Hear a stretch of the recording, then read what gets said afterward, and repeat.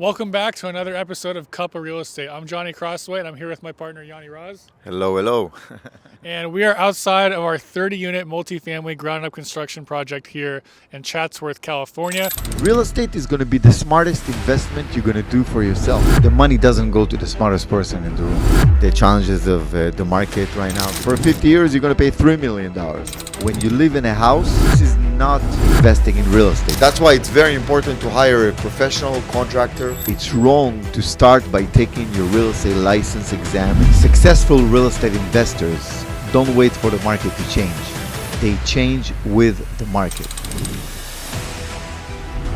I've been pretty busy the last couple of years focusing on loans, while Yanni has been focusing on these developments in Southern California and Los Angeles County. So Yanni, tell us about this project. How did you find the project originally? How did you come across it? So, thank you for the hammer, first of all, Johnny.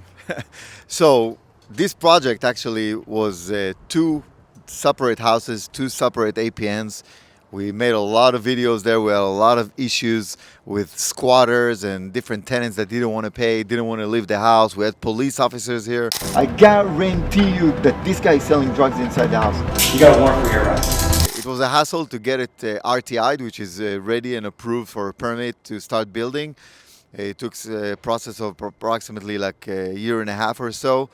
But now, as you see here, 36 units. We're going to build here low-income housing. We're going to help the community in Los Angeles because we really, really need housing in LA County.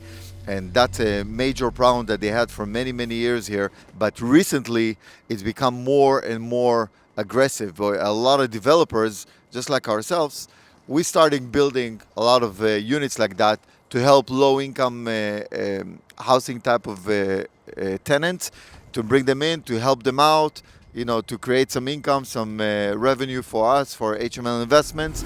And as you see here behind, we've been struggling and working on this property for probably a year and a half. And we're still not there yet. Hopefully we're going to be there in the next 6 months. Johnny doesn't help me at all because he's busy closing deals and helping you guys. But I'm here taking over, making sure that he's okay, and we're good. So why did you choose, low-income housing? Why did you choose that type of renter? For few reasons. Number one reason, because in my business mind, I was thinking, what should I develop in LA County? And in LA County, there was a lot of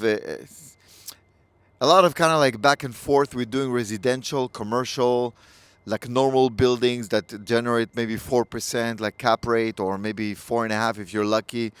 And I wanted more because I want to make money. So when I started building, I was thinking maybe I should buy outside of LA, but then the struggle of getting the people and going there to the property, and there's a lot of challenges and obstacles along the way. So it made me think that, I need to stay local. So the only way I can succeed here building and generating good income and getting my cap rate to probably 8-9% is doing low income housing. So number two, it's very important that I'm helping a community here that I grew up with for the past 26 years since I came here to LA. And I'm really happy to help the community. And it's a really good business decision.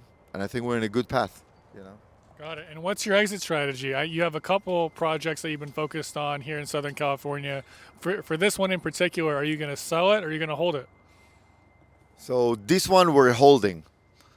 But the one we have in South Central right now, 3 that we're working on, and one of them actually finishing by next week. We're finishing with the elevator. We got the electricity, we got water, we got power, we got everything going. And we're probably going to sell that. We have already investors looking at this building to buy it for themselves. And the only reason why I'm selling is because normally I don't believe in selling, right? But the only reason why I'm selling is because I want to invest in Miami, in Florida. I want to buy more properties there. I think that's where is the next big thing, the next big boom, which is already happening in Miami. But I think it's going to happen even bigger. So that's why I think that I want to free some capital, take it to Florida, invest more money there. So now we're on the second floor of the inside of the property. As you can see, a lot of work is still being done. Yanni, what was one of the biggest unexpected costs or delays, and how did you deal with it?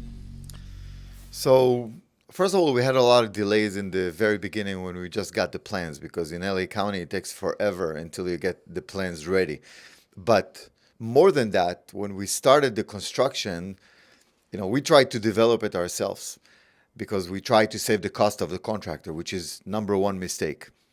And it taught me a lot. I learned a lot, but I paid a lot because what happened is I've done one thing that I was supposed to do a little earlier. When I discovered that I didn't do it on time, I had to redo it over and over again. So it happened multiple times. And when I'm saying multiple times, it's losses of probably $500,000, something in that range. It's ridiculous amount of money. Now, for example, I just showed him like we had like massive rain in LA. The roof, there was some holes in the roof, which I didn't cover. I didn't think about it. The whole water came inside, and we had a lot of insulation and drywall, and a lot of the drywall and the insulation got messed up. So now I need to buy new ones, and new ones going to cost me thousands and thousands of dollars. So you keep making mistakes, but you're learning. That's why it's very important to hire a professional contractor every time you do anything like that, especially something like that that's worth millions of dollars. So Yanni, if someone wants to do their first 20 to 50 unit development, what advice would you give them, and where should they start? That's a very good question because I'm sure my answer is going to save you guys a lot of money because I made all the mistakes possible with this building, starting from the very, very beginning when I start to get the RTI, they're ready to approve, they're ready to issue and pay the permit. I didn't know that you need to be really involved with the architect and the engineer. I didn't know that every window and everything that he put there, it's extremely important and valuable. For example, because I'm saying the window, because I'm sitting right in front of the window right now, and the windows, we had to change everything in the plans after the engineer made all these mistakes possible because he's a cheap engineer, he's not that great, then it cost us double the money. And it happened multiple times, even with the electrical, with the plumbing. Now, number two, which is crucial, it's to work with professional people, to work with licensed people, because you want to have people responsible for their actions. I made all the mistakes possible because I tried to cut corners, because a real general contractor going to charge me 15%, 20% of the total expenses, the total project, which for me didn't make sense. And I'm like, shit, I can do it myself, because if I'm doing hard money and I'm doing real estate, I've done flips and development in residential real estate, I can do that too. But I realized that I'm totally wrong. That after I lost close to $500,000 in creating all kind of mistakes. So work with professionals, work with licensed people, pay premium just to finish the project right on time instead of making all those mistakes. And that's really my best advice. Now, walk us through the deal structure. How did you structure the capital, the debt, the equity, and the partners? So in the very beginning, because the way we structure it in the beginning, a lot of things change. We looked at creating one bedrooms. Right here, it's 36, two buildings, 36 units. Most of them one bedrooms. I have two bedrooms.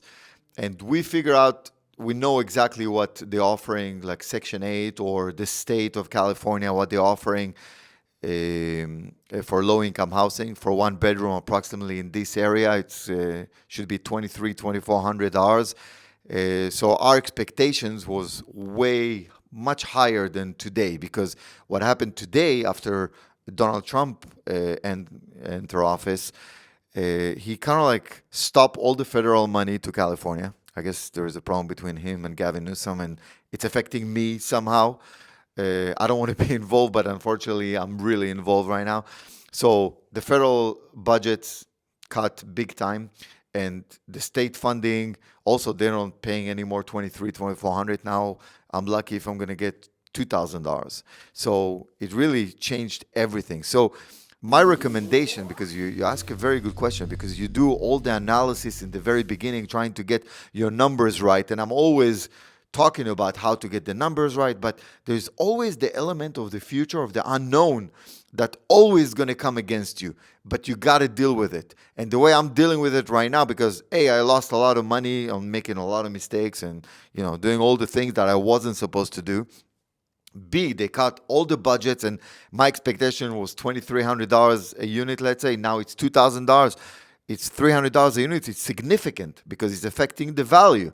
So now I need to rely on the future, that things will change in the future, even though I'm still good, but I'm a little bit greedy, so I want to be better. But now I'm a little bit stuck, so anything can happen. So Yanni, how long do you think it'll take you till you finish the project, and what's the next specific milestone in this project to get you there? It's a very good question. My expectations was to finish everything in probably a year and a half. Now, realistically speaking, this building is going to be finished in 6 months. The 3 other building is the next probably couple of months. 1 building next week. So once we're going to collect the capitals from there, because my expectation is really to sell them, take the capital to Florida, as I said before. This one to keep it and grow as much as we can. But more important than anything, we're doing this to educate you guys. If you are not following Cup of Real Estate on our Instagram, YouTube, Facebook, we're all over. We're trying to share content in order to educate you, to make you better real estate investors. We're HML Investments, we're hard money lenders, and we help and specialize with development opportunities across the nation. Contact us. This is Johnny Cash. We appreciate you watching. We'll see you later. See you next time. Yeah.